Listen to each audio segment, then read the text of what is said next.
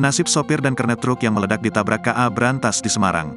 Kepolisian memastikan tak ada korban jiwa buntut tabrakan antara KA Brantas dengan truk trailer di perlintasan kereta api Madukoro Raya, Semarang Barat, Kota Semarang, Jawa Tengah, Selasa, tanggal 18 Juli tahun 2023, sekira pukul 19.31 waktu Indonesia Barat.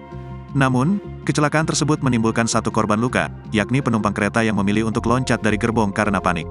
KA Brantas rute Pasar Senen Blitar itu menabrak truk trailer yang mengalami mogok di tengah perlintasan kereta. Kapolresta Semarang Kombes Irwan Anwar mengatakan sopir dan kernet dalam keadaan selamat. Sopir dan kernet truk, kata Irwan, langsung turun saat kendaraannya mengalami mogok. Tidak ada korban jiwa dalam kejadian ini, kata Irwan, Selasa, dikutip dari tribunjateng.com. Sebelum tabrakan terjadi, sopir dan kernet sempat minta tolong ke petugas yang menjaga palang kereta. Jadi tadi truk ini tiba-tiba mogok di atas rel kereta api, kemudian driver atau sopir dan kernet berupaya meminta tolong petugas palang kereta yang ada di sini, kata Irwan. Namun, karena kereta api tersebut segera melintas, sehingga tidak sempat untuk memindahkan truk yang berhenti di rel kereta api tersebut.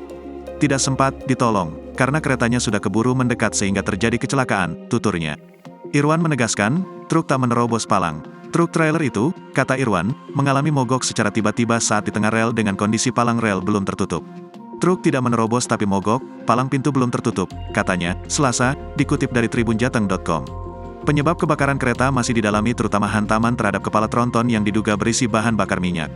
Pihaknya bersama petugas terkait sedang berusaha mengevakuasi gerbong yang masih menyangkut di atas jembatan. Selain itu, berusaha menggeser tronton yang melintang di lokasi. Kami masih menunggu alat berat untuk menggeser lokomotif yang menggantung di jembatan banjir Kanal Barat, paparnya.